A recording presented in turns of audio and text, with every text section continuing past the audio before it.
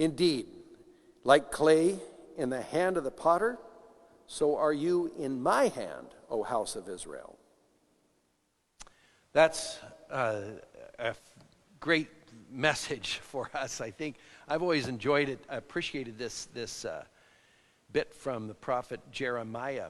Even in high school, I remember reading this and having this notion of God the potter and forming me into the person I'm supposed to be. I'm called to be. And you have that image of a potter. My sister, Mary Kay, actually had a potter's wheel, a kick wheel that you had to keep moving, and then it would spin around on top, and the clay would spin, and then you'd form the bowl or the cup that you're making. But it didn't take much for it to touch it the wrong way, and then it's off kilter, and you have to stop it and pick it up and slap it back down and mold it down.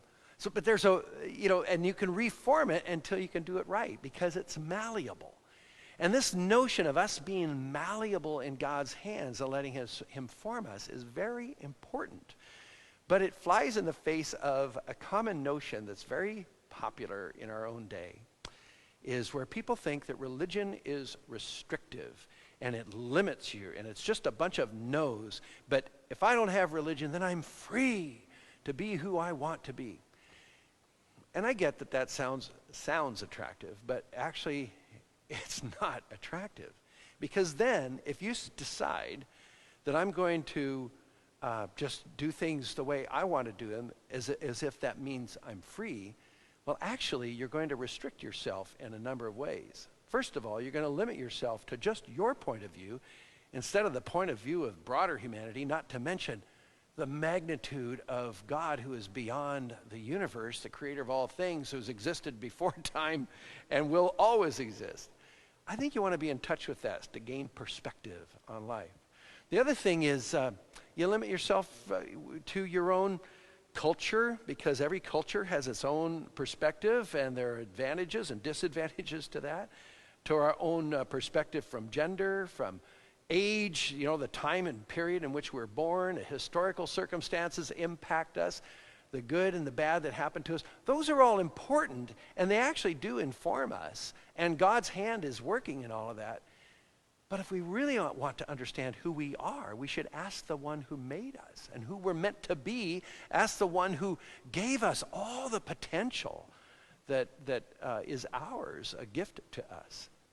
And that's what's going to expand our horizons, is understanding the God creator and placing ourselves in his hands to be molded into an understanding of ourselves that is beyond our comprehension and more magnificent than we could possibly do by ourselves. And that is also accomplished by the way we can come to understand God, because God became one of us. In fact, it's interesting that as today is the feast of St. Peter Chrysologus, one of his famous sermons had to do with this notion of of humanity being formed out of clay, and how God became one of us. In a sense, God became clay, on a day that we hear about the potter and the clay. So here's how St. Peter Chrysologus said it. God, who made humanity without generation, made from pure clay, he himself was made into clay, into this form, into this body. God became a human being, became one of his creations, if you will. And the hand that assumed the clay to make our flesh, that is the one who created us, who formed the clay, that hand has deigned to assume a body, to become the clay for our salvation.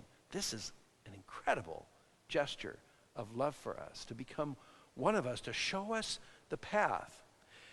But it's also given us new dignity. And so Christ is born that by his birth, he might restore our nature, bring us to the fullness of who we're meant to be. And the creature he had formed of earth, he now makes heavenly.